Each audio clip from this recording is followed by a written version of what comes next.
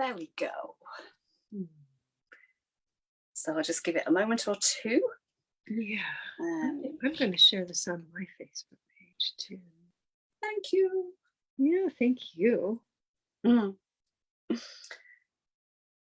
Just see. Yeah, there we are. Oof.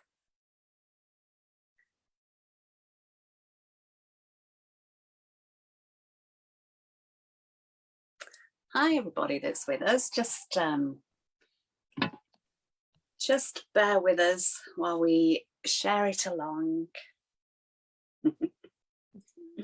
So Zahara is going to join us in about 45 minutes, something like that. So, oops.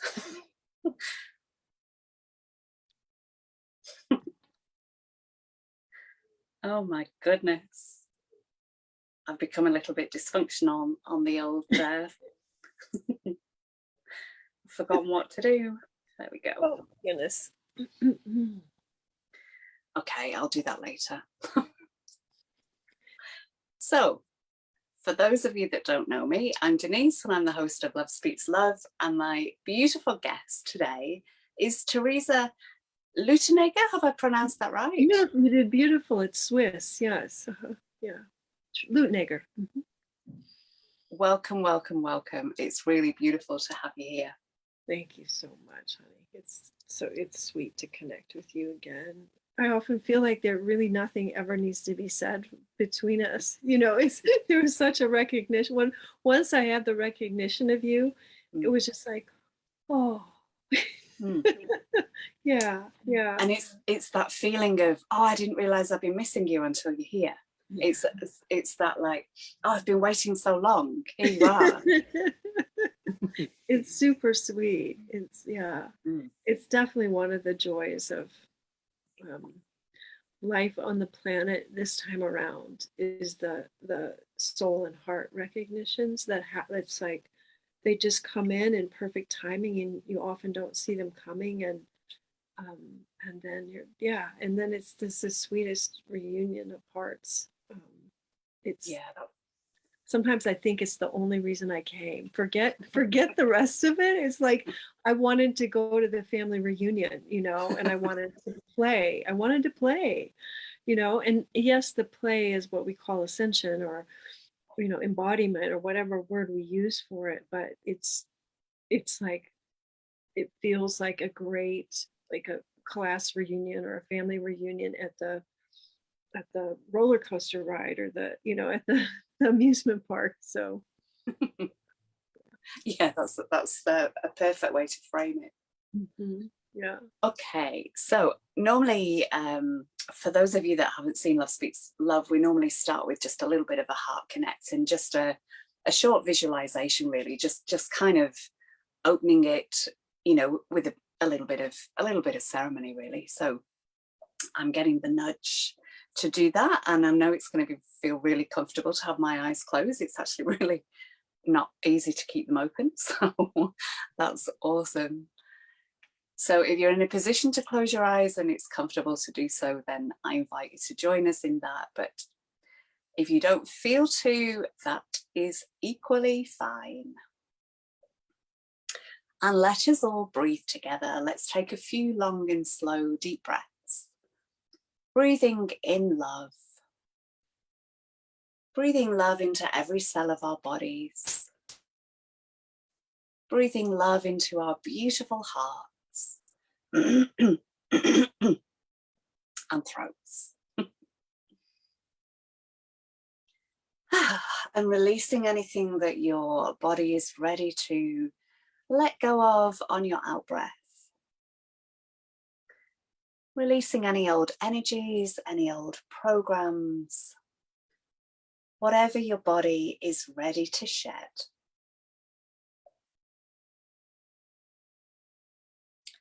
And as we breathe love into our bodies, into ourselves, and just having the feeling of ourselves beginning to smile.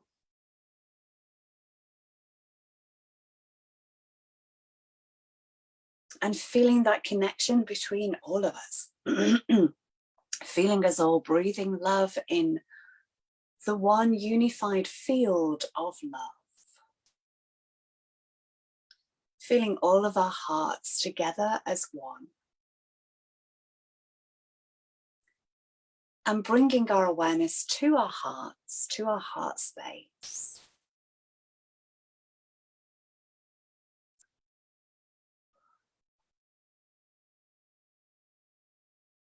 And extending our awareness out now to the heart of Gaia. Feeling our heart connect to Gaia's heart. And I'm feeling us all held within the heart of Gaia.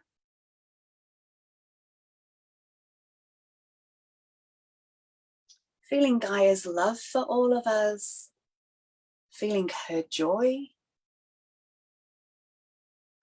Her acknowledgement of all of us for all that we are, all that we do.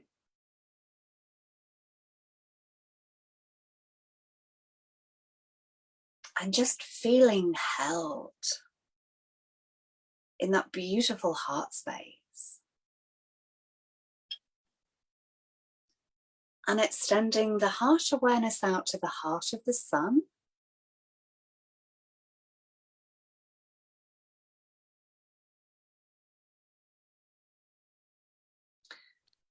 And to the heart of Source Creator.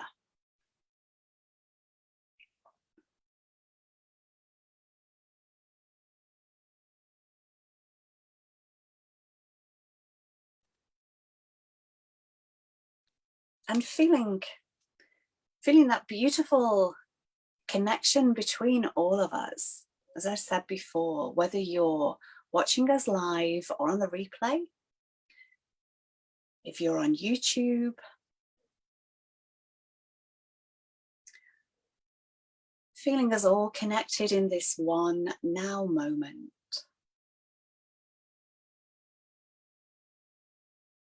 And Theresa, I'll just hand over to you at this point, just if there's anything that you wish to add before we open our eyes again.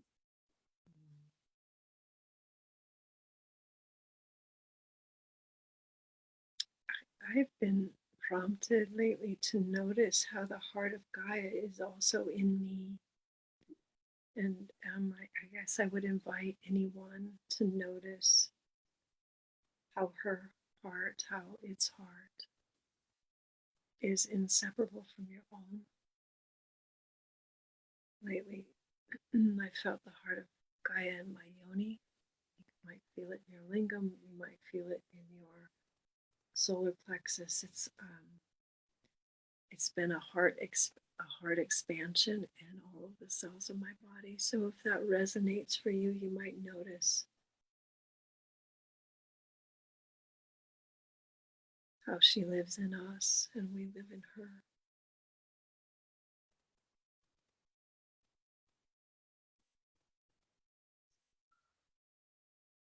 Beautiful.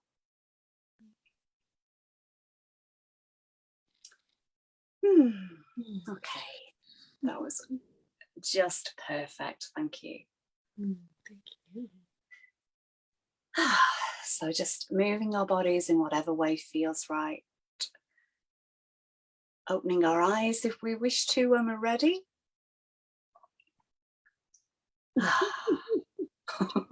We had to move energy a little bit. Yeah. Yeah. So again, welcome to Love Speaks Love. It's beautiful to have you here. Thank you so much. I apologize. Let me close my Facebook here. There we go. Thank you. So how are the energies for you at the moment? How are you finding life, the universe, everything? What's lighting you up? Isn't that the question of the moment? I was just reflecting before we met how with each expansion, and there always are constant expansions now. There's hard to even speak about it. It's like just like one continuous stream with many waves. But I did go through, we have, more notable resets in our fields. And I went through a really strong magnetic reset in my field a few nights ago, went completely into 0 point. Actually, I'd had lunch with David Maria, and he and I hadn't seen each other physically since he returned from Kenya. He was, of course, ill, and then I was ill. And so we finally connected, and a lot of code sharing there. And I came home, and boom, I went completely into void space. No Theresa, delta brain wave, lucid, but completely dissolved. And it was a long reset. And sometimes that happens in the sleep. Sometimes it'll happen really fast, but this one was really in linear time. It was quite lengthy, and I couldn't move. I was almost near paralyzed, and but I was completely lucid and dissolved. As the awareness, though, was quite vast. It was not at all focused on the human identity.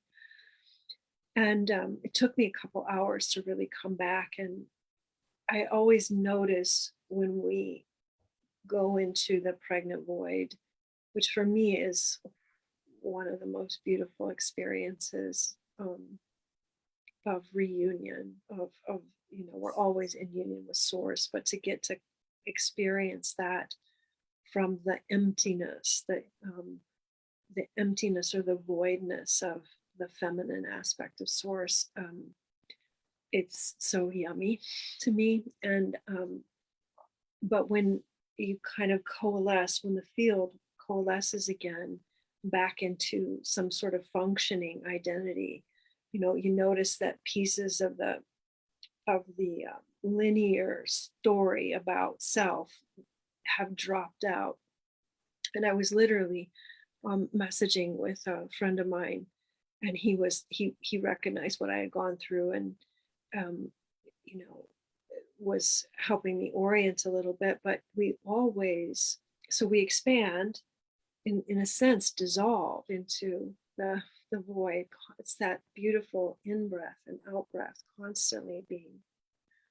Life is breathing us into birth and death, and then the bardo of in between. But I've noticed the more I expand and the more I dwell in the absolute, then of course we're called back in. If we're not embodying, if we're not called back into some sort of functional personality, identity, it's just the prism or the kaleidoscope through which the light shines through. But I always notice that the geometry changes every time, right? So the geometry kind of all dissolves, we reset, we come back into a new geometry or new kaleidoscope or prism through which the light of source shines.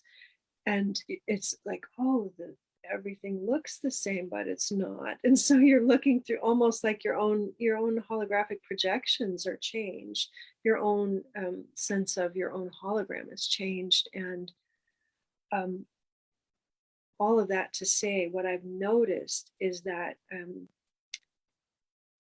it's funny, the more I allow myself to dissolve into the absolute, in some ways, the more specific or relative or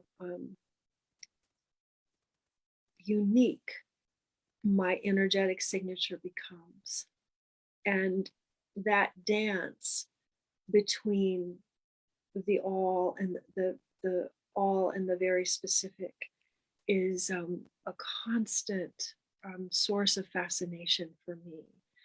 And after I came back, I knew I had to change some boundaries in my life. I had to change some boundaries relationally. There was no judgment of like, this is how I did it before, and this is how I need to do it now. It wasn't about making myself or anybody else wrong. It was just, my magnetics have shifted. That actually determines how I relate to the outer phenomenal world of me and you and this and that. And I was reflecting on that before we spoke, how the learning process never stops.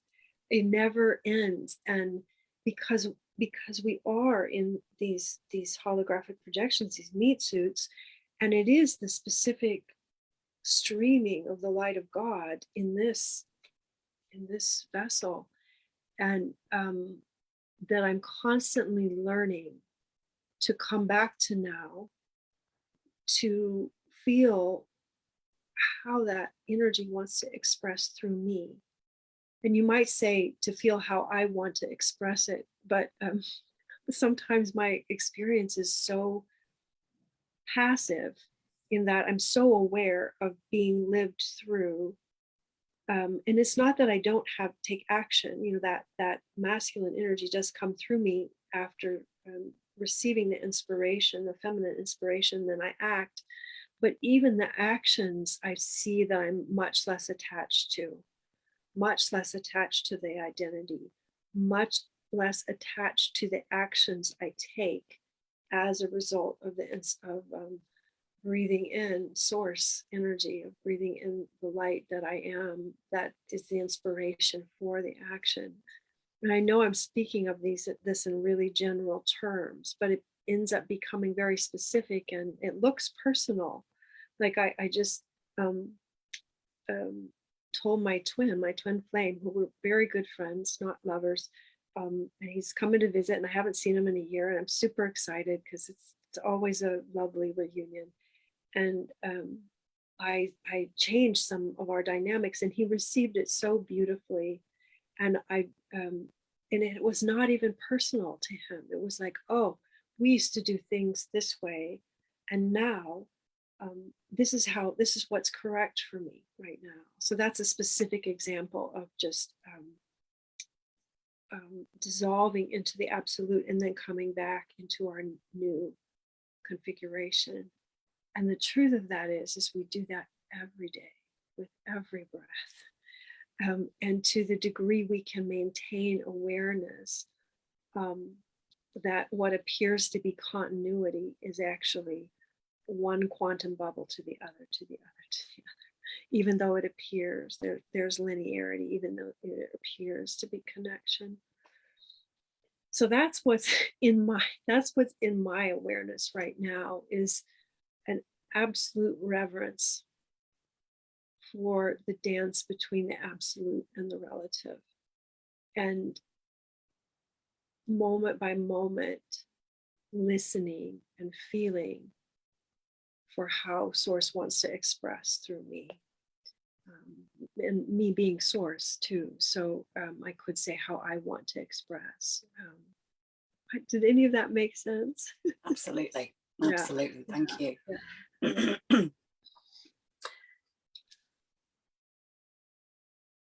So you spoke of the geometry of the body. How do you see the geometry of the body? You mentioned that. Or is it more of a sometimes when I see my own light body, or when I'm reading other people's fields, it will come in really strong, a certain geometrical configuration. And I don't see, like looking at you right now, I just see your beautiful face, and I see my sister Denise, and I see your human embodiment. But when I facilitate sessions, or I'm working, or sometimes when I'm just holding a question, that particular appearance will come to me. Like last week, I think it was, I was having a particularly discombobulated day. I was getting ready to go somewhere, and I looked in the bathroom mirror to see if I looked okay. And instead of seeing my physical appearance, I saw my light body, and it was like these 5 tectonic plates that were all misaligned, and it wasn't geometry in that moment. It was like my light, I looked in the mirror, and what was being reflected back to me is that I was in a new configuration that had not locked into coalescent yet. It wasn't coalescent yet. And it was like, well, no wonder I feel so discombobulated. This part's being moved here, and this is being moved here, and this is being released, and this is coming in. So, but sometimes I literally do see it in sacred geometry. And it really depends on the situation and what's being called for me to see. And then I just completely let it go after it comes in. So sometimes I'll see people's, Merkaba. It just really depends on what the the circumstance is. But mostly what I see, oh, I just want to cry saying it too. I can definitely relate to the physical, but I've noticed lately that in very simple interactions, it could be with a client, but not necessarily. It could just be at the grocery store or with a friend, meeting for coffee. Your radiance, your light is coming through to me. It almost brings me to tears every time. And same, and it's so easy to see in nature, but even in humans now of various, configurations, I might not even know them. The light body is presenting itself so magnificently. The light is coming through first.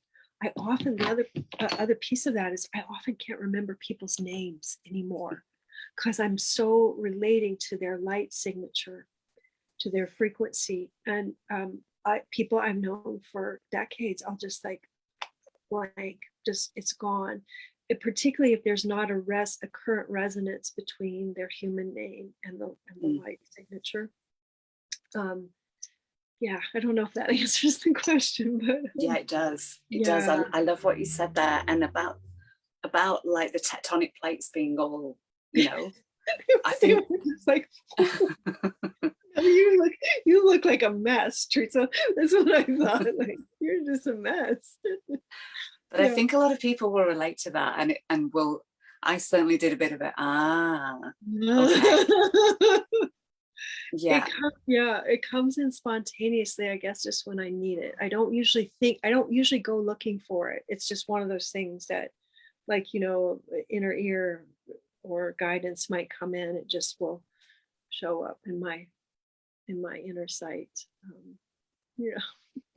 And was that an invitation? Did you kind of just have to leave it like that because it was working its own way into kind of harmony and structure?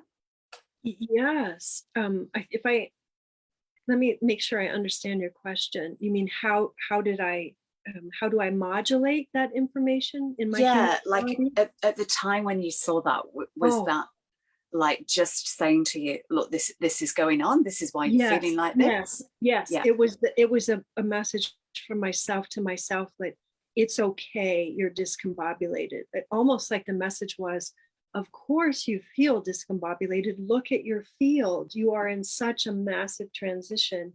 Can you be kind to yourself?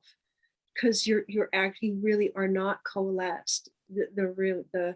Your body is really disjointed right now. And can you not be hard on yourself? Can you be kind and compassionate? Because I can, like everybody else, one of my shadows is, not everybody has a shadow, but one of my shadows is perfectionism, or, the trauma patterning of feeling like you need to have it together in order to be loved or to be safe. And so I'm usually pretty aware of what my field is doing. And when I'm discombobulated, that sense of being out of control can come up a little bit. And so I feel like it was a message to myself, like, okay, honey, yep, your plates are shifting, and can you be kind to yourself? Because this is just what it's like right now. And beautiful. a lot of times if clients come into, I can see that, like, they're so up, they're distraught or just confused. And a lot of times I'll just say, honey, it's just not time. Give yourself some time for the field to coalesce, and you are in transition. And then certain, you might say, the magnetics or the geometry locks into place, or for temporary, it's all temporary, but the next level locks into place. And then, oh, this is what I do next. This is how the knowing comes in. And being patient with ourselves for that as it unfolds, and as we don't know, and then we know, and that dance between the two. And that's really beautiful, because I imagine, especially as you say, as a perfectionist, the temptation would be to, like, let me just squeeze this one over here. Can I just push this one over here? And to know that you can't either, that it's you can't. And the hysterical part of that is my life is so far from anybody's ideal of perfect, you know, so that it's like I constantly am dealing with that actually perfection is the flux, that perfection is the flow and the flux, and that when it's static, this ridiculous idea that we were conditioned to believe that this static nature, this fixed nature is actually the perfection, when actually that's the death. Like I remember there's the master Persian rug weavers. Well, they say that they always used to, even when they were, you know, these tiny little knots and these incredible, gorgeous, sacred geometries that were woven into the rugs, that even the most celebrated or masterful artisans, as they were weaving the rug, always left an intentional imperfection, because they said if they didn't, that's where spirit comes in, is in that place that's incomplete. And if they didn't leave that imperfection, spirit could not enter or move through that object.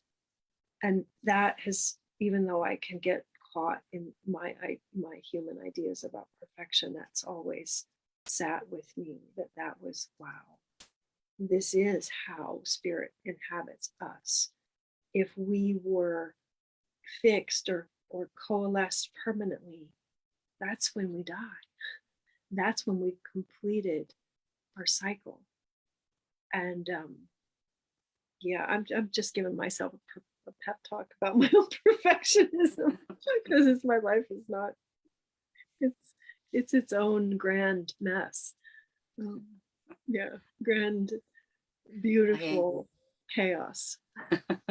Yeah. So I keep getting the word Africa. So I'd love to bring the energy of Africa into this conversation. And I'd love to hear about your connection with Africa, but anything that you're just feeling to share. Yes.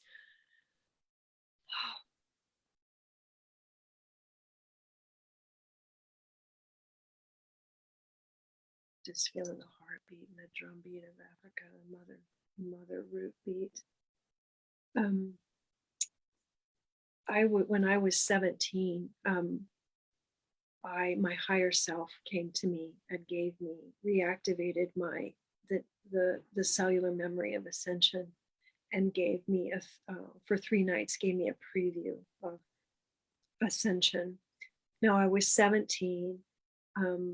I'm a white Catholic girl in the Midwest of the United States, in a German Catholic family in a small town, with no reference. Even though I'd had visitations and contact when I was young, I sublimated all those memories. You know, I didn't forget them, but I just put them in the, you know, this isn't real. I put them in the back burner.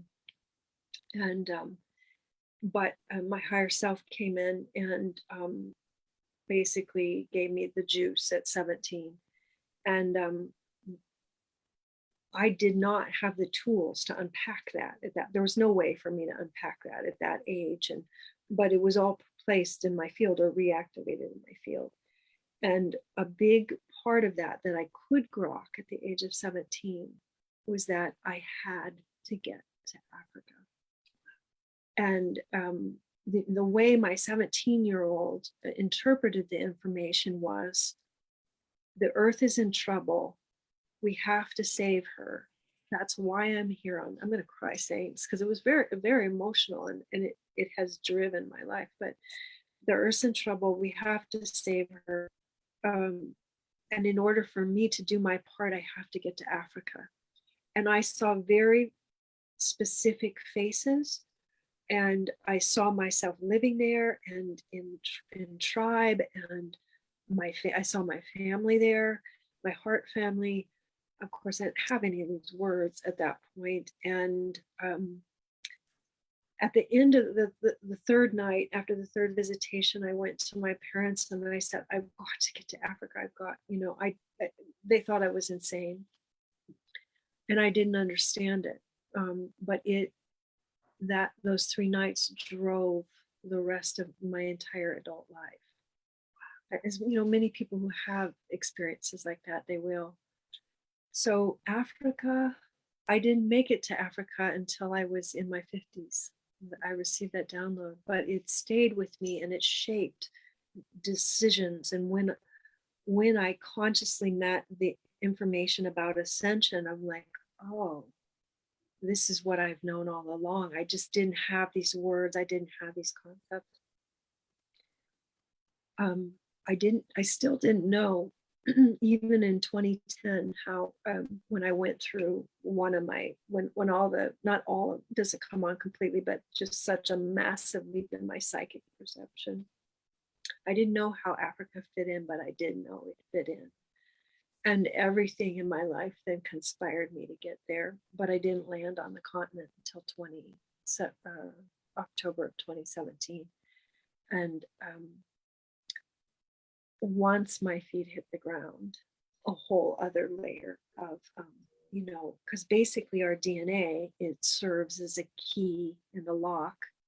And the lock we put there, we put in, and you know this because you do this work, but we locked down certain parts of our memories. We locked down certain technologies within us and externally.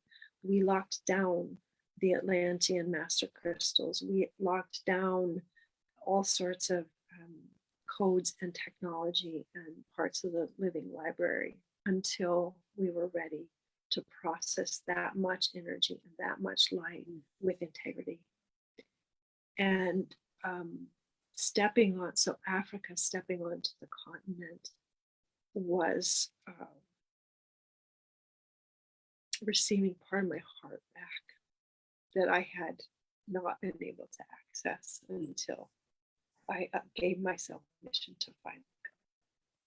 And from my perspective, Africa is, and I was shown this too in the visions at 17, it is the linchpin of my own ascension, and it is the linchpin of ascension. And everyone will put it in a different way and has a different experience. But when I did finally make it to Kenya then, which was where I had seen in my visions at 17, and some of the people I had seen, when I finally made it there, I understood, actually before I got there, I understood that a lot of Africa and the British Isles actually were still holding the original creation codes. And no matter what the matrix or had tried, what we had engineered to try and lock them down, they couldn't actually be locked down. And yes, there were levels and layers for us to unlock. But as soon as I understood from an ascension perspective that Africa was the linchpin, I could hear clearly that as Africa goes, the rest of the globe will go. And and when I arrived on the continent, I heard, it's interesting because a sister, Jo Hemmett, received the same exact phrase recently, and I told her that I had received this around 2017. The first will be last, and the last will be first. And forgive my emotions, it's so strong for me. All good. Just take your time. The dark, cocooned, rich, fertile womb space of no thing, of the feminine void space, Africa holds that. She's the womb. She's the creation space from which all things flow on our planet. And to begin to embody her, of course, we're all men and women, regardless of gender or gender identity, we're all embodying that sacred feminine.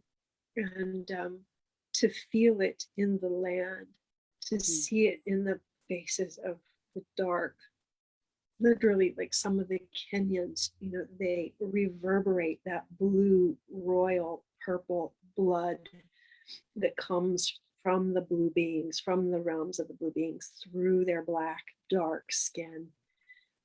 to see that emanate in code about our star origins, our deep feminine origins, is profound. To drink that in, to drink in those waters.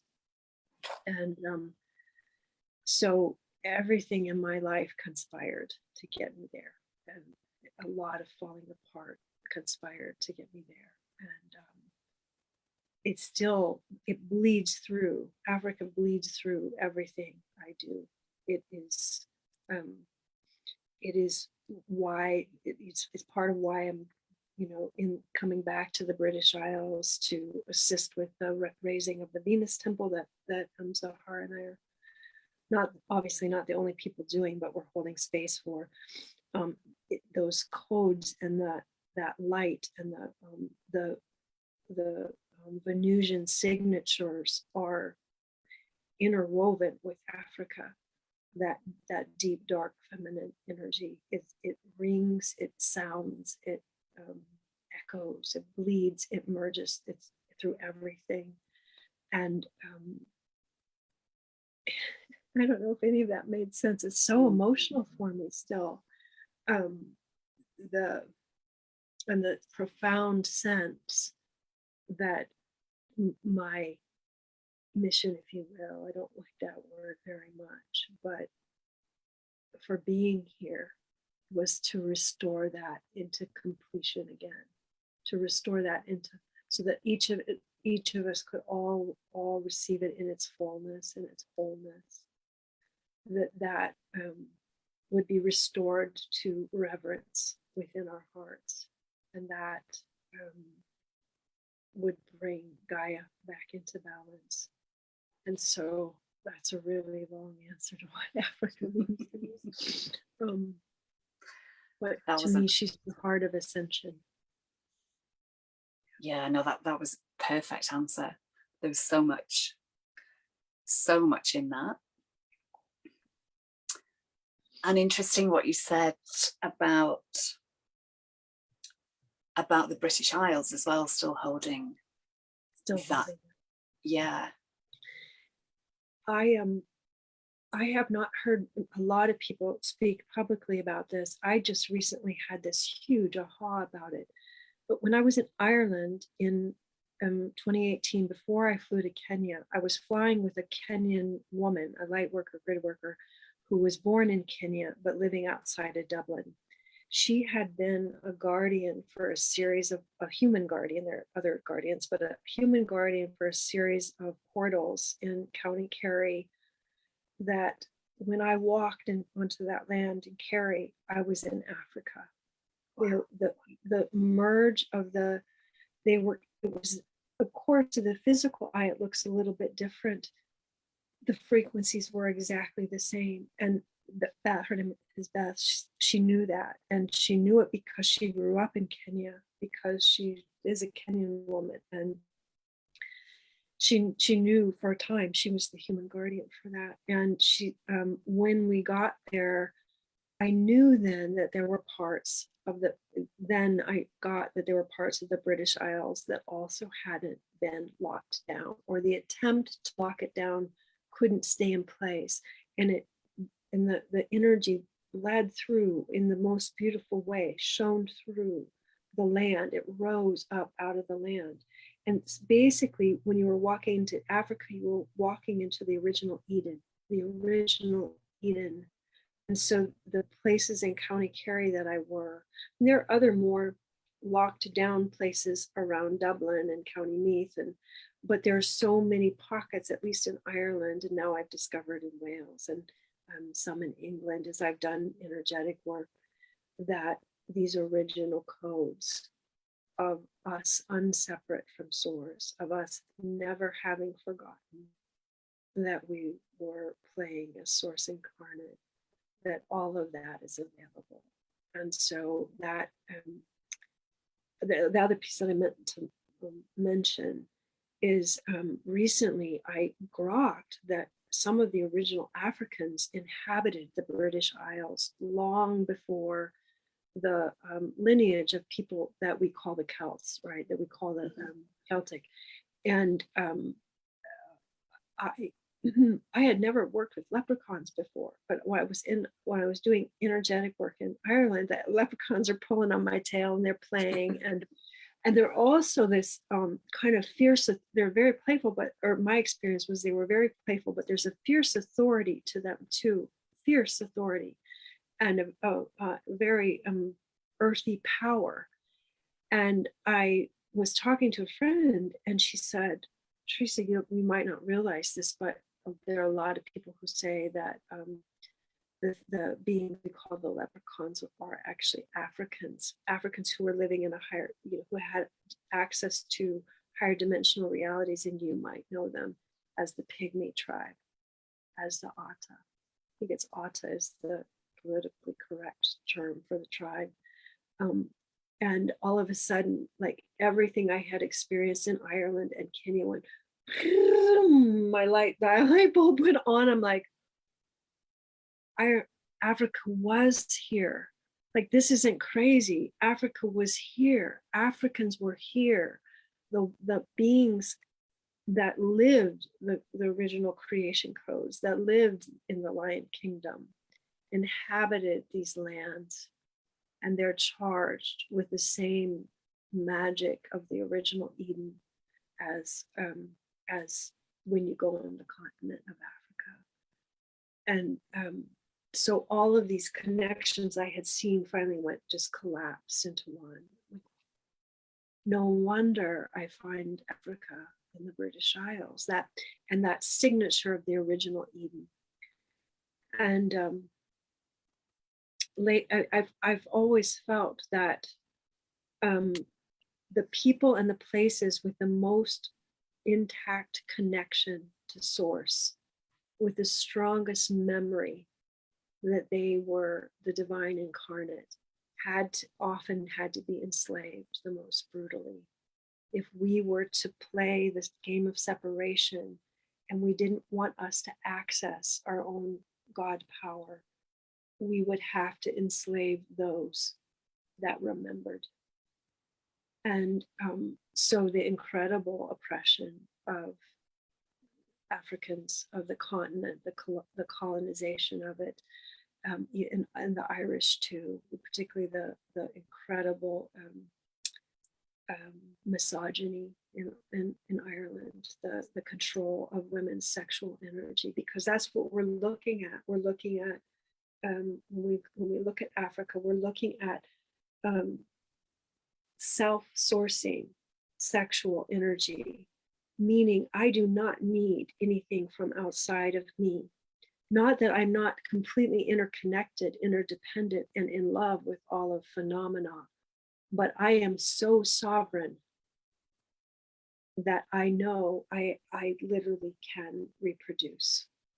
And I am whole and complete, feminine and masculine in union from within, and that the power of that sexual energy is used in creation of divine endeavors. And so we had to lock down, or that's how we engineered it actually in the dissension process. We engineered it that way. So how are we going to lock ourselves down? How are we going to engineer into the DNA that we forget that we're source? And so when you come to the linchpin of where we locked down the most and you start unlocking it, that means ascension cannot be stopped. And obviously we know that now. We know that. We've known that for a while. But as Africa rises, so too the consciousness of the entire globe. Wow. Yeah, that's fascinating. Fascinating. Oh, I realize I'm talking and we have Zahara waiting. I'm so sorry. I get She's going. She's not on yet. So yeah. Okay. All right. She will be here soon, I'm sure. Okay. Yeah. And Zahara was born in Africa, and I've forgotten that. Yeah, and so she's also very aware of those energies bleeding through as we work in Wales and Ireland.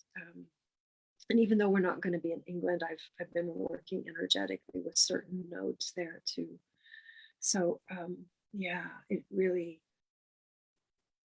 I like to talk about this time as the merge of realms, that all the parts of ourselves and all of the parts of phenomenal reality outside of ourselves that we thought were separate are truly collapsing into one. And yeah, that's beautiful. And there's something dropping in for me, and it hasn't fully dropped in yet, but when I connected with David when he was unwell, what kind of transpired for me in that process, and I don't feel to share it here just yet, but yeah, I can definitely feel that you've given me a nugget in regards to that.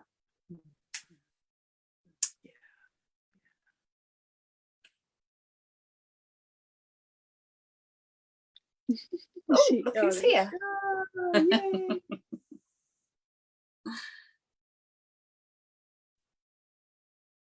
Zahara, welcome. You can put your camera on if you want, if you're ready. Yay. Yay. So I don't know if you caught any of what we were just sharing, or what Theresa was just sharing, but we were talking about Africa, and you came up as well, as because I'd forgotten that you were born there. You know, you're still muted. Hello. I've been so enjoying this flow that between both of you and Theresa. Wow. Yes, I was born in this lifetime in Africa, Zimbabwe.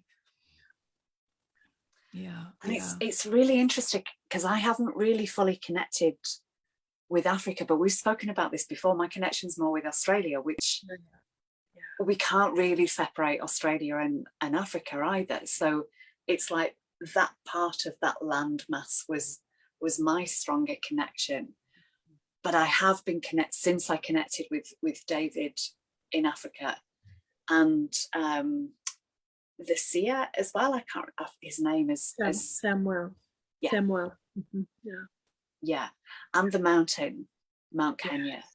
Yeah. I'm feeling to ask you about Mount Kenya, if there's anything you actually want to share about Mount Kenya. I think rather than share any information, I would just offer or invite people who feel compelled to tune in to the diamond, the primordial diamond light transmission codes, star codes that emanate from that mountain as the Stargate. It's a very, very potent Stargate. It's been hidden. It was hidden from consciousness for a long time. And so anyone who feels compelled to tune into Africa, I'd encourage you to literally just feel Mount Kenya. The locals call it Kiranyaga. The mountain Kiranyaga. Tune into Kiranyaga through your heart and allow yourself to receive the primordial star codes that flow through there. Whew, I always get an upgrade every time I tune in. So you might, it can come through in a very piercing, masculine, almost like Michael's sword kind of diamond energy, but you may receive it. There are varying notes in the scale or harmonies there, but when it comes in, it can come in very bright and strong. But just encourage you to be aware that there were levels and layers that were unlocked there, and starting in 2018 of codes that we had locked down after the fall of Atlantis, and now are freely available to all. They've been unlocked, and they're our birthright. And if you're at all sensitive, you'll start receiving the transmission. Beautiful. that Zahara's here. Yeah.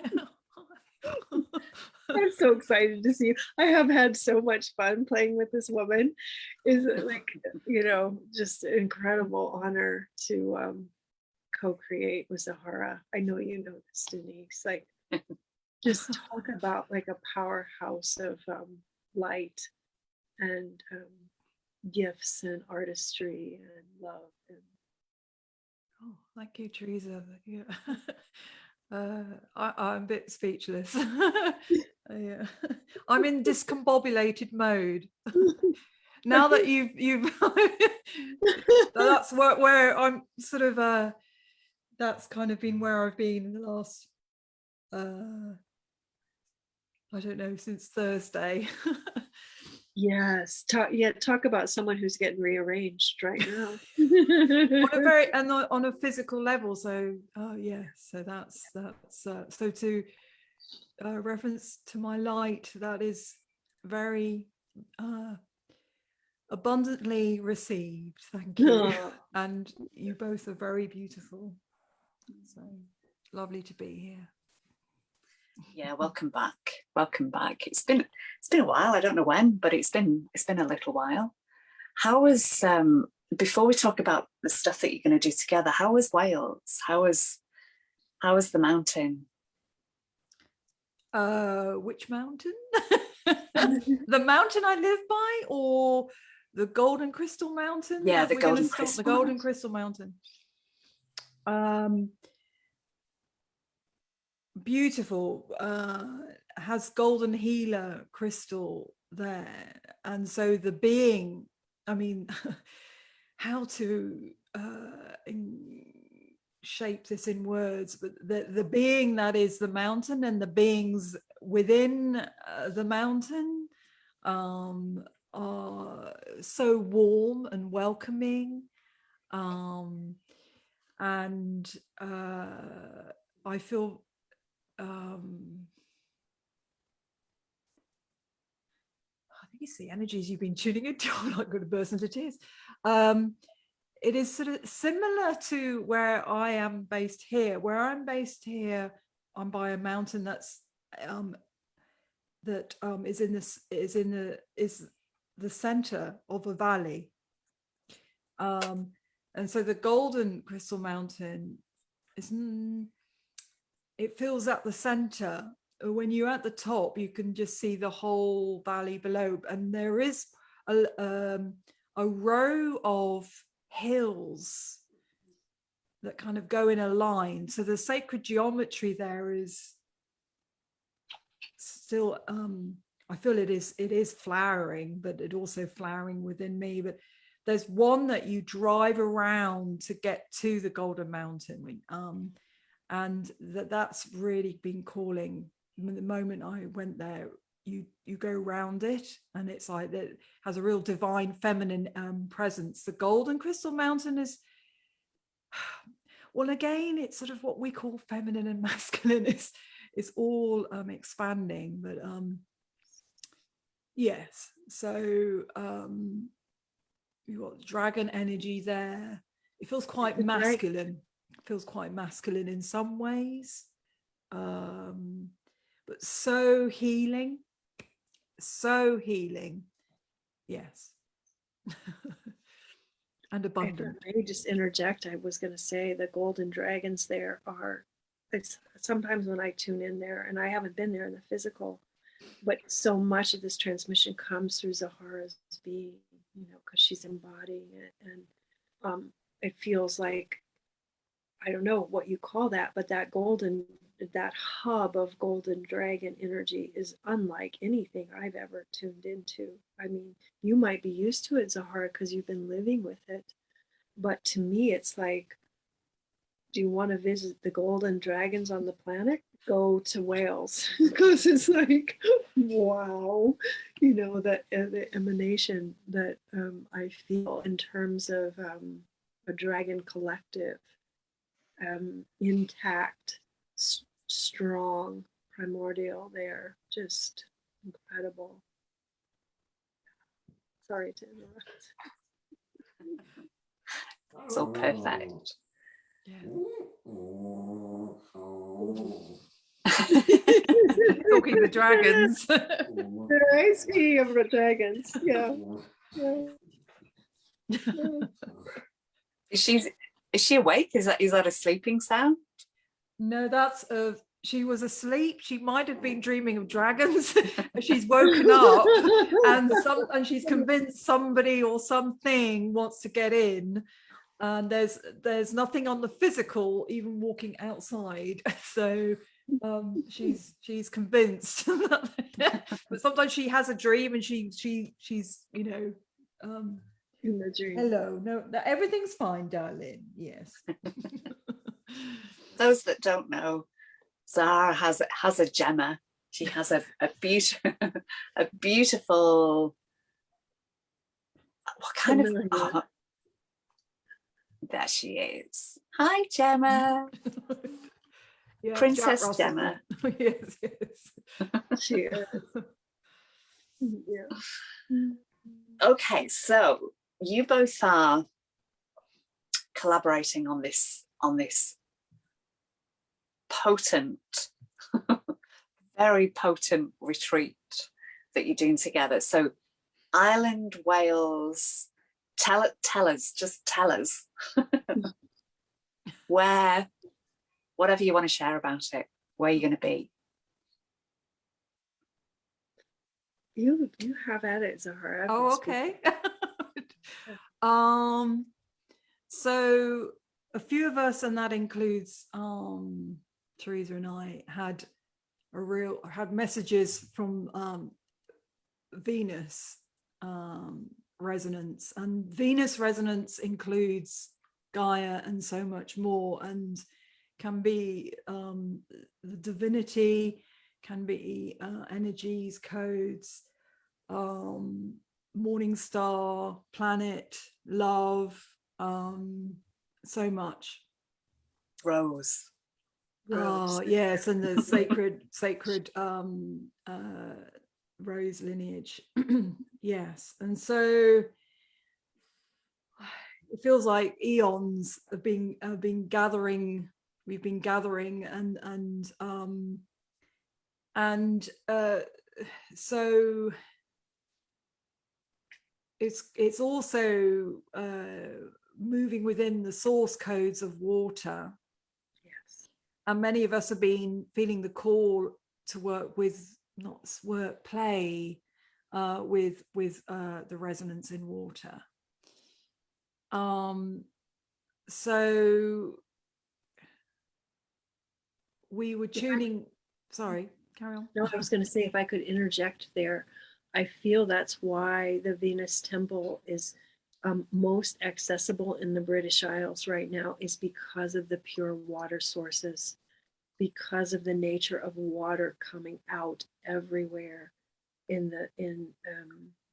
England, Scotland, Wales, and Ireland. Like, it just literally, there's sacred wells everywhere, and it's so accessible because of the nature of the water. And I think it's why it's one of the first palpable Venus temples we're accessing collectively. Yeah, so go ahead, sorry. So when I was I'll put it this way, when I was when I recently was at the Golden Crystal Mountain, was walking along this path where the emerald resonance was really luminous, the green. It looks we could say unreal, but it's 5D or more, the energy, but it's more green. And I out of my mouth the phrase, we're walking in the footsteps of giants. And it was, I don't know when either of you, I'm sure both of you have had this, that you speak something, you're moved and something comes out your mouth and words come out, and like, that didn't come from my brain. But it came through my vessel. And then Gemma actually then did start sparking and spooked. And I feel this presence, the shining one, and in a male form behind me, then whoosh right through my heart chakra, but right through my body. So I felt this being decided it needed to move through my body after already getting me to speak those words, and said to me, "You're coming to Ireland and we're watching you." So it wasn't overly like fluffy, or it wasn't it was very commanding, I would say. So there's been messages, so many messages, and because that's where that seed was seeded. And then so it was starting at the Golden Crystal Mountain in Carmarthenshire, and then there's so much there. There's the Center of the Physicians, who were taught their wisdom with the plants and minerals from the She, the Shining Ones, and it's connected also to the Lady of the Lake. They're right by the Lady of the Lake, and there's many Lady of the Lakes in Wales. And of course, then that whole opens up the whole thing with Merlin, Avalon, Inner Earth. You know, you can just so that's right by the Golden Crystal Mountain, the Center of Physicians. And then there's another mountain which has a red dragon. It's the whole valley there is just phenomenal. And then I was called to I felt this pull, Hermitess, and I don't know, a few months ago just put in Hermitess into Google, and immediately this whole website about a Hermitess that's just north, right, kind of in the middle of Wales, 7th century. She escaped from Ireland and then created her own place to be in nature. So she's a bit like St. Francis of Assisi. She's a guardian of nature, and her remains are buried in this chapel along with a giant's remains. And I visited it, and it's got Venus shells all inside. People and the energy there is so, but Venusian, Venus, divine, feminine, gentle. And if I could just briefly interject, when I had heard the word she, Sidhe, the Shining Ones, but I didn't consciously think I'd ever worked with these beings.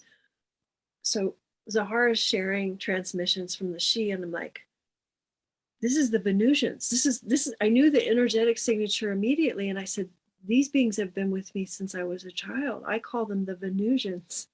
So I had to laugh at the different labels, but it was the same energetic signature that we were interacting with. And so I don't know if technically the beings that we call the she are descendants of Venusians. My sense is that's probably that the realms are connected. But I didn't grow up in the British Isles with these tales of the she. So when Zahara started sharing that, I'm like, oh, I know these beings. I call them Venusians. So, and they are quite tall, like an extraordinarily tall light beings. You could say if they took physical form, they would be giants. So that, again, the level of the merge of what I thought were distinct realms, it's just like collapsing into one. Zahara, can I just take you back to what you said about the giant's remains in there? Was that something that you picked up on energetically, or is that like, you know, myth or story from the place? No, there's a story from the place, and then there's it's well, in Wales what is you know, it's very merged, but if there is meant to be remains of the giant there. There are bones, right? Yeah, there's bones. Yeah. They're literal bones. Yeah, in the physical. So yeah. And there's, you know, even though they may have been hidden and taken away, I've seen quite a few things that have shared about the bones, and seen some of the bones that people have, and, you know, in their possession. And it's always felt like truth to me. You know, as a child, mountains always felt like giants. I must have read that in a book somewhere, but it always resonated with me. You know, Jack and the Beanstalk, I had no problem believing in a giant of that size as well, you know, and giants that we think of here by that comparison are tiny, with a Jack and the Beanstalk giant. But I have no problem with that. Like, it really feels resonant. And I've been very much sensing the she of late, you know, this year. I can't remember if it was a bit of last year as well, but yeah, definitely connecting with their energy even more. Like, you know, we've shared about them before, Zahara, and we've connected with them in some of our collaborations, but this is maybe the first time that I feel I've connected with them, you know, for myself, that they've been coming in. And I also feel I have to bring in the energy of the Sasquatch as well, because they've been really coming to me, and I feel their connection with the she. Yes. Okay, so go on. Just something maybe technical, not technical. Where I had one of my big awakenings was in Wales. I was called to a mountain, Cadir Idris, and an interesting. It was the golden beings that came in from the golden universe that was so vast and big, and I've spoken about it before. What blew my mind, so literally, energetically, on many levels, was the vastness, the size of this, now my ears are really ringing, of this dimension. And so from that, I have taken the understanding from my human that the dimensions get bigger as you go, as we expand from the 3D, which is compressed and condensed, it's a certain size, then you just keep going up and up and up. So it is interesting for me that the she, they kind of like shape shifting, they move the energy, they're able to be in different dimensions. So they're able to hold that high resonance, their giantness, while being as well in this dimension. And they have so many, there's so many portals that are so open and have been open, like in Ireland and here. And so there was something energetic that she was doing to, you know, and our chakras are portals to kind of move right through me. I don't, as my human, totally understand or get it all, but I don't have to. It's so massive and beyond my logic. But they are, I feel, more active. They're becoming more active in this dimension again. They're like the dragons. They're everything. There's all these beings that are now becoming very present with us because of where we are in our evolution. And but that's my understanding just from that experience in, I think it's 2010 or something. That is like, I wish I could. I'm sure you understand, but at the time, there's my understanding of space. And then that totally got blown out of strategy. It was just, oh my God. And so then it goes to, I think what Theresa, you're talking about, connecting to source and void and dissolving, and it's yes. So I feel she's holding the heart. She's Michelangelo, the Saint Michelangelo. She's holding the heart. And she's the image that this saint, she holds her hair.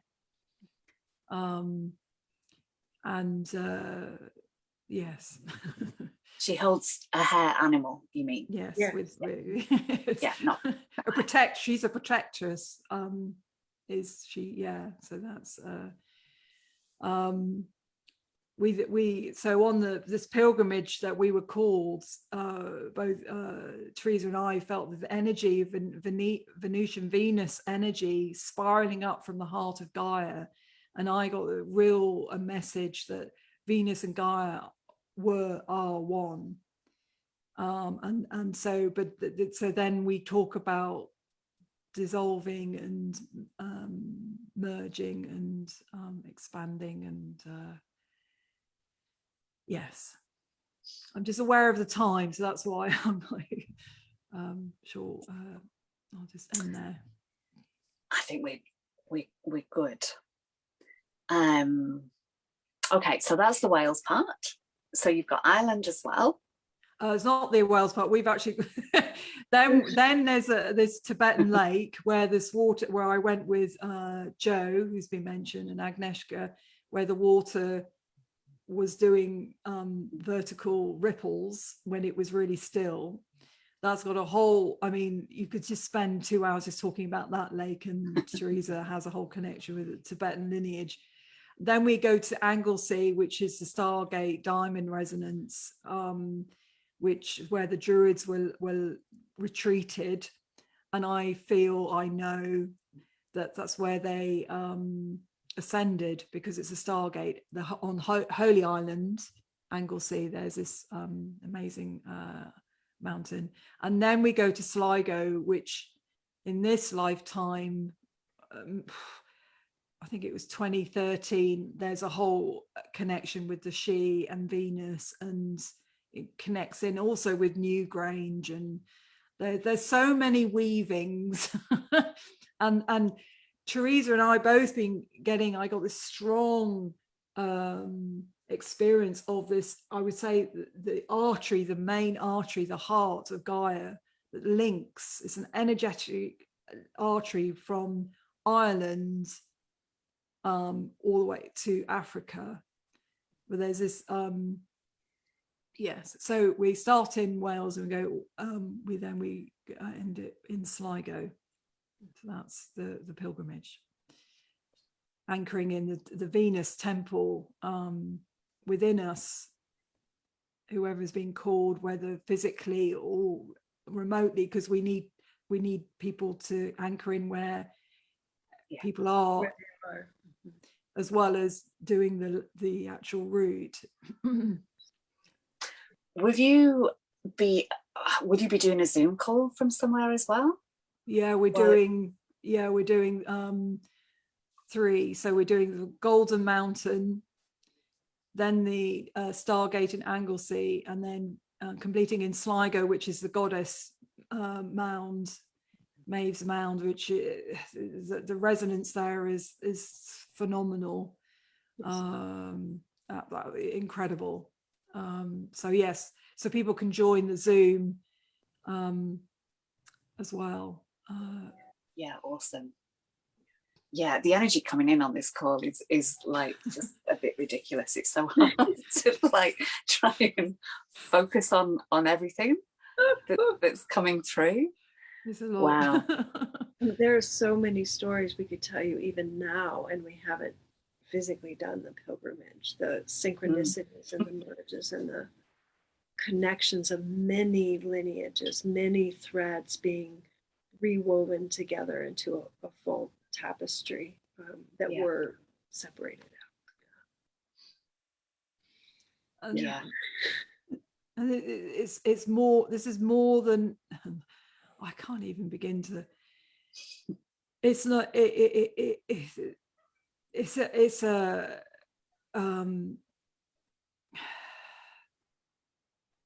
devotional, it is not just a workshop, but there is never just a workshop, you know. It's I didn't sit up one day and go, yeah, I'm going to do this massive thing that that's going to take loads of my time, and then it's going to have hugely impact my physical being to purge out whatever needs to be purged out. So you then for 3 days you can't walk. I'm like, yeah, let's do that. That's a really great idea. Yeah, I hear you. I'm like, who thought this is a good idea? I did. Oh. Right? I'm just like, oh my God. I'm just like, I mean, yeah. The clearing and release is required of both Zahara and I, to be vessels for it is beyond. And this is my 5th retreat, global retreat of activating crystalline structures. And this one has been like nothing I've ever done before in terms of what is required for me to release, to be able to hold the container. And I know I do sleep. So I'm sleeping now 10 to 12 hours after not sleeping, but the layers, the layers between sleep and non-sleep. Yeah. I'm finding I'm dreaming before I'm falling asleep. Yeah. And as the evening goes on, I click into last night's dream that I know is going to continue. I click into that stream. Lucidity. Yeah. But very lucid.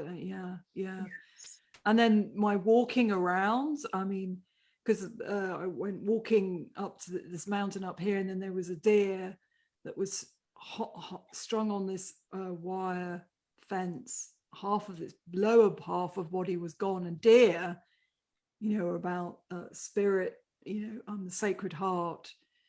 And I'm like, oh, death is, I was feeling triggered. I'm thinking, that's rather strange. Why is it looking like that? And love to the deer. Get from the walk, and then my lower back goes. So I work very like that work. I wish there was another word. And I've the energies to be cleared in the land, which why I was called here. There's the slavery codes that have been released that are held so much here in this part of Wales. There's a lot. And I haven't been back to the UK since the freedom codes were fully released from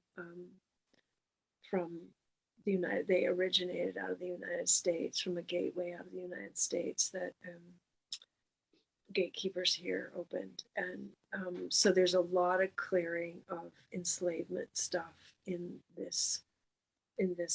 That's the lower level of what's happening. And the freedom codes emanate out through the globe, but and Venus. And it's all about that, the freedom, isn't it? Yeah, and love, and freedom and love. So anything that desires to come back to light will be resurfaced through this process. With individually, and as individuals, if we're consciously and more consciously, we're observing and witnessing and priestessing in ourselves, with each other, with the land, gatekeeping.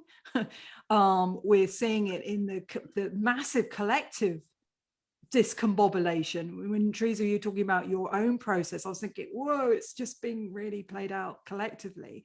So I feel passionately about getting together physically with others on the land where there's this sacred intention to be with this words just and it's about letting go of what that could be. That's as much as I can say, and then I know I need to let that go, and I desire to let that go, because whatever's coming, I know whatever's coming is here already, but I need to let this go. But so much, the magical, so that it's the 11th to the is it the 21st? 21st, yeah. And yeah. some people joining on Zoom the whole time, other people part of the time, some of the time. Yeah, it's yeah, incredible.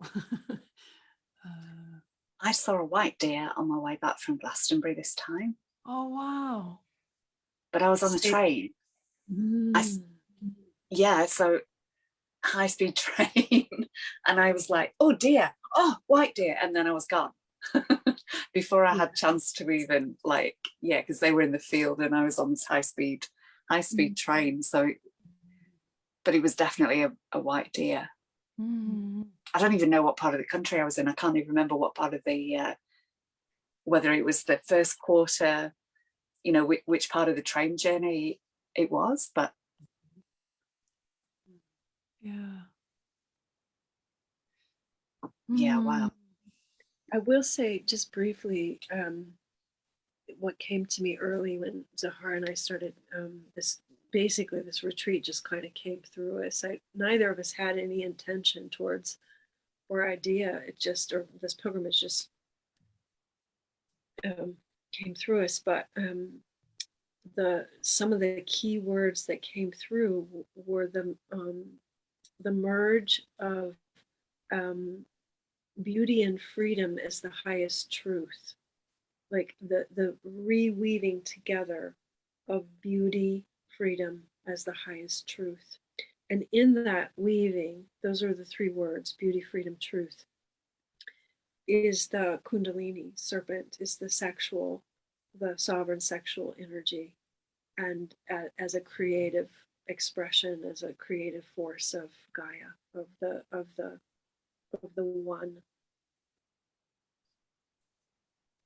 one sister that is Gaia / Venus.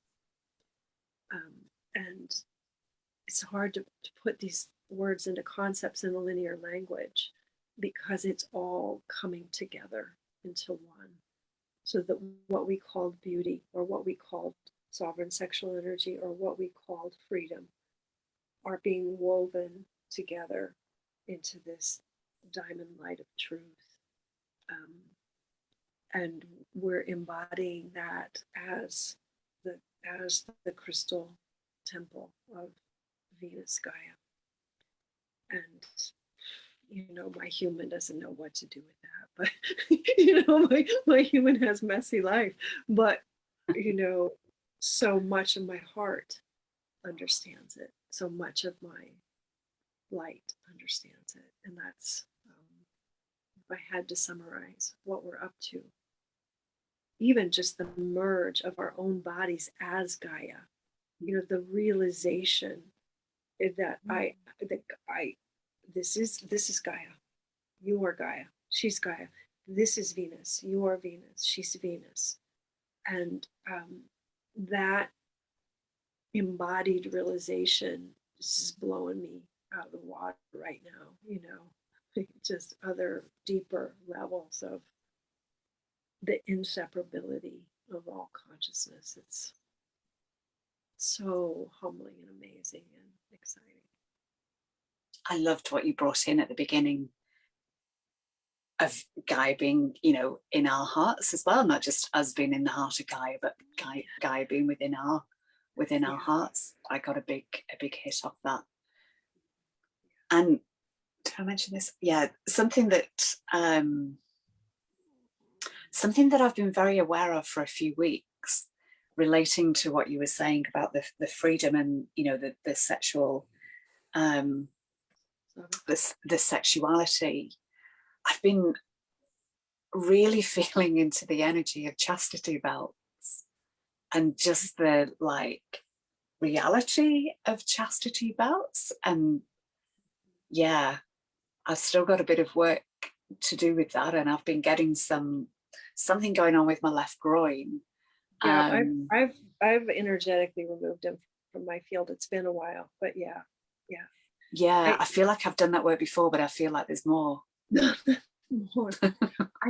I think that the amazing part of it, though, and this energy, I'm speaking to this chastity belt energy, that's a shadow of chasteness, of purity. That's a shadow energy of chasteness.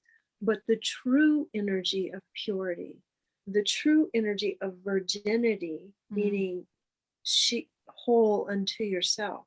You are whole and complete unto yourself. That's the true etymology of the word virgin, is whole and complete unto yourself. Sovereign in your sexual energy, because your masculine and feminine are in full marriage within. That energy of purity is really embodied by Saint Michelangelo. We're talking about the hermitesses and the hermits who had embodied the sacred marriage within. And so that is this co-optation of chastity, that it had to be enforced, that the sexual energy had to be locked down. That, of course, we all know that that's the lie. That's actually the enslavement. And those layers are peeling off in spades right now, because the true virginity is the inner marriage. The true virginity is the inner marriage. And so then in the world of me and you, of the divine other, when we share our sexual energy, two whole and complete beings are sharing what each of them already have, and neither of them need the other to come to completion. You have two complete beings playing in their own completion, and so they're just simply sharing energy for the joy of it. And that, to me, is what some of that really beautiful energy of the Lady of the Lake and Saint Michelangelo in Wales is embodied, is the whole sovereign feminine, but also the whole sovereign masculine. And when they meet, they play. There's no need to complete each other because they're both complete. And so that chastity belt energy releasing right now from the British Isles, from each of us that are, in our ascension process, it's so profound that we're coming home to the true meaning of chastity, the true meaning of chasteness, of virginity, in our wholeness. Yeah. I love that. Yeah, thank you. That was an important key you dropped in there. And it really does permeate the whole of the pilgrimage too. That inner marriage, the completion of the inner marriage, not coming into the marriage, the completion stage of that and the fruition of that is very potent in that land there. And the land remembers, the land and the waters remember. They are whole and complete in and of themselves. And so when there's lovemaking happening in our play, and I don't necessarily mean somebody's genitals touching each other, but could be two people sharing that. But there's a whole other lovemaking that is about consciousness making love to itself in its wholeness, in its completion. If I could just interject there. Say yes, please. Sorry, maybe no. Because dragon is at the heart of the sacred sacredness of divine union, and the distortion and the shadow of St. George and the dragon. And I've said before, I don't know whether you remember, Denise, the original story is before the distorted shadow, is that when George went out on the horse to try and find the maiden who had been captured by the dragon in the mountain, in the cave, and he got off his horse and he sang to the dragon, and then the dragon came out of the mountain and came out of the cave, and as he continued to sing to the dragon then showed herself to be the divine feminine, and then there was that union.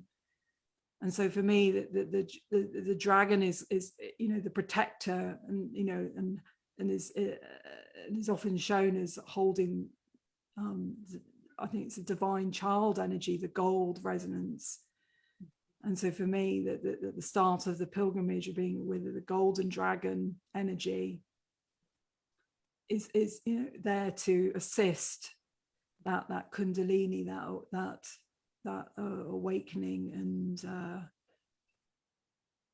yeah.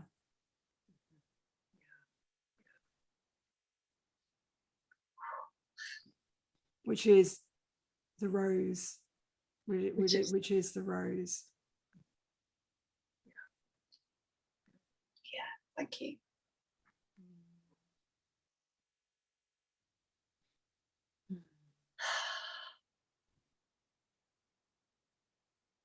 It's so funny when you see it with the Michelangelo, the story, they have a little booklet.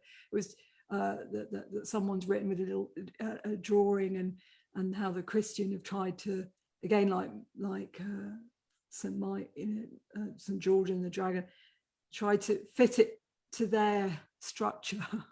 But but how this one young girl managed to, in the 7th century, escape from Ireland. She was a princess apparently, to then up in the mountains, and she was escaping a forced marriage too. Exactly. She was escaping a forced marriage. Yeah.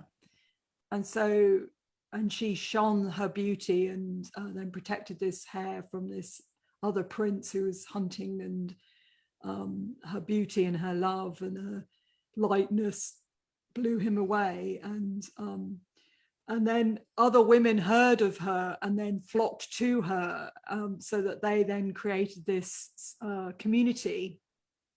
I mean, there's so much there, that, and then it's just evolved. And then with apparently there are the chapels that across Europe, and that probably out everywhere, that have Venus shells in there. So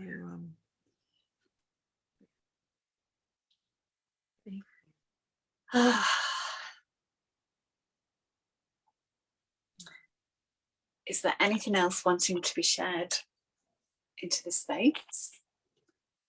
Or are we feeling complete?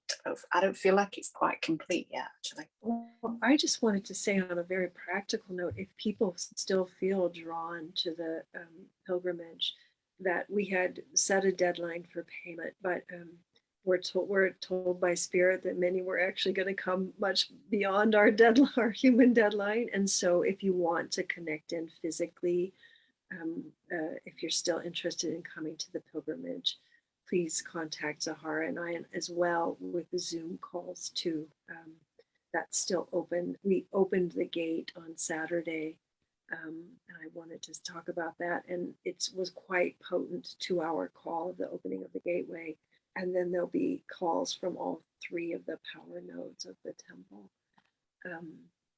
But so I wanted to interject that, is that just very much I'm hearing that not everyone who's coming has yet connected in with us or signed up. And so we welcome people's inquiries or joining us. Yeah. But it feels like there was something else you were feeling besides the business part. I just wanted to ask, actually, is there a recording from that on Saturday? Can that be? There is. It is. We asked people to sign up for all 4 meetings, and it's the exchange is £88. But that first call is available to those who want to sign up. We did a couple free calls that you could also find on the Facebook page, and just listen if you want more information. But at least we did 1. Did we do 2? I guess we did 2. I think we did 2. Yeah. 2 free calls with really potent transmissions. So the Facebook page group, I think, is Venus Temple Rising. Venus Gaia Temple Rising. Venus Gaia Temple Rising. It is the open public group on Facebook, or you could go on either Zahara and I's Facebook pages, and those free calls are there for the receiving and the quite potent transmissions. It's on my YouTube channel, and if you want more information on the pilgrimage, it's on my website, and it's a page called Venus Gaia Temple. So it's got its own separate page, and there's a lot of information there on that page. Yeah, so Beautiful. Thank you so much. yeah, thank you. Are we What a feeling beautiful- complete? Zahara, how about you? Light language. A little bit. That feels good. That feels like a really lovely completion. If you're open. That'd be awesome. Are you feeling any, Denise? Yeah, I feel you first. Okay. Thank you.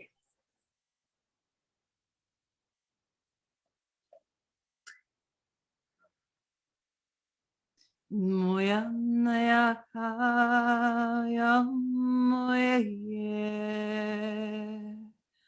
Moya naya ka moya ne. No ya ye mo.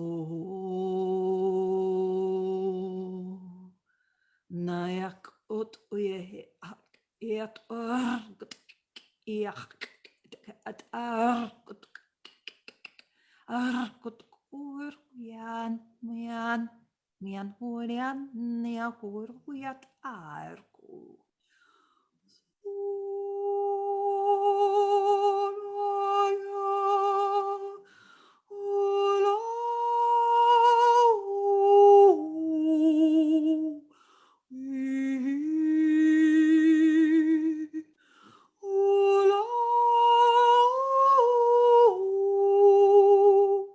Moet akaya ian mo poesi. Mod ian Nagye na kuyet arkutuski muyanar kutuyekia mukur yenei moya na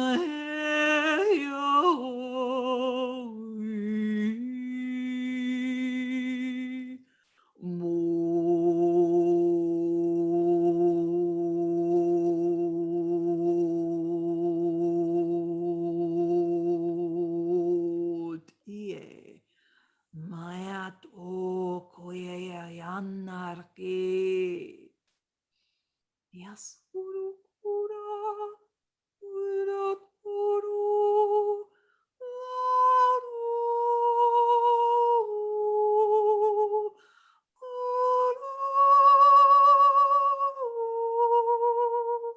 Naya koya sianor kodvi. Mod oye diar kutuishk iat ar kutuishk iana. Muyama apa apap ya yat ar yet ik most koor ar kish koor ar kiat oy ar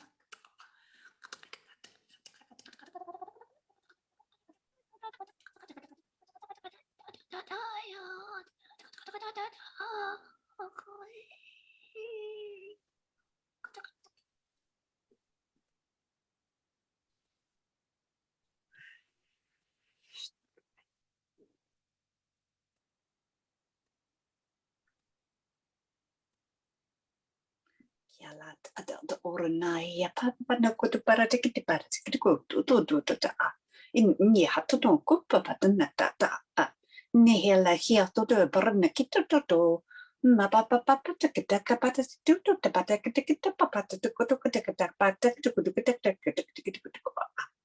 na hara na kiko goro no ko papa tikita para tikiti ta Kileki kahara de kin, toto te harana ko toto te or tikitikitikiko.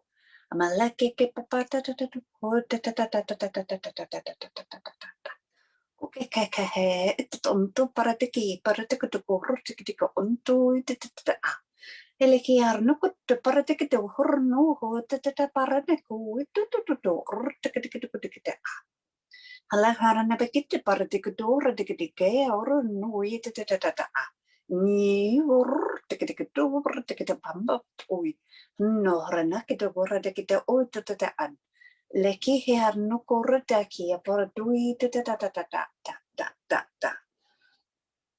keleki hanto horn ki ot dort di or tiki on balera ne hioi tun Maria lei horna ko do horna ki oi Melehiaran lui ontor malake orna kitaka orate kitik parte kutu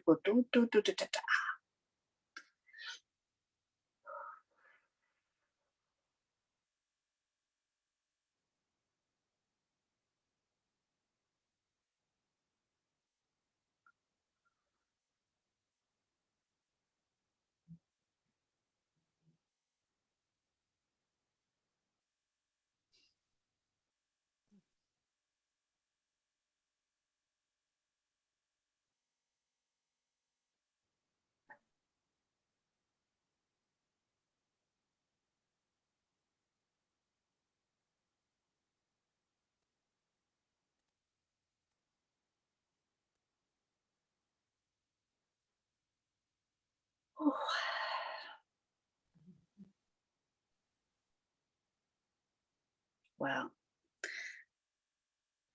Thank you both so much.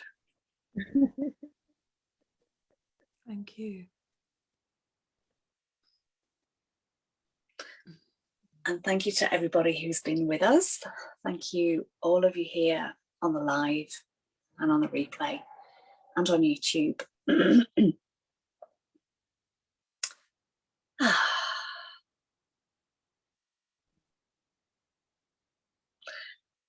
Okay, I think we will. Let me just go back to Zoom. I think it's probably time to stop the live. Any final words from you two beautiful sisters?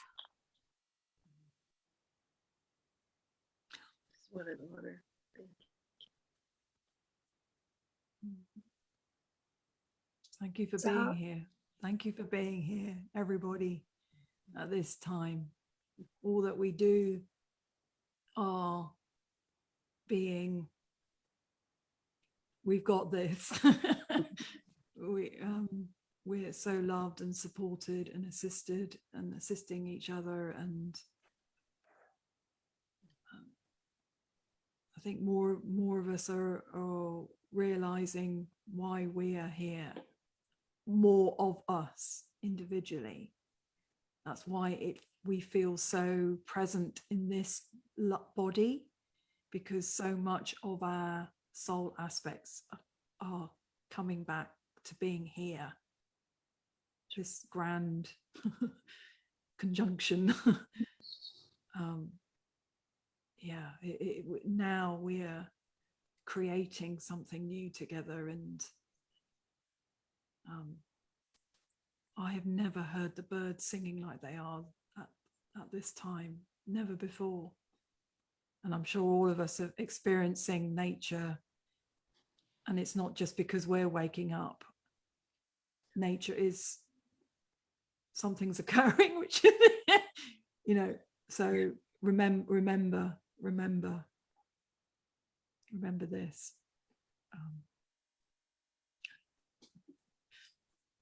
Perfect. Okay. Thank you, everybody. Love, love. Love, love. Love, love, love, love, love.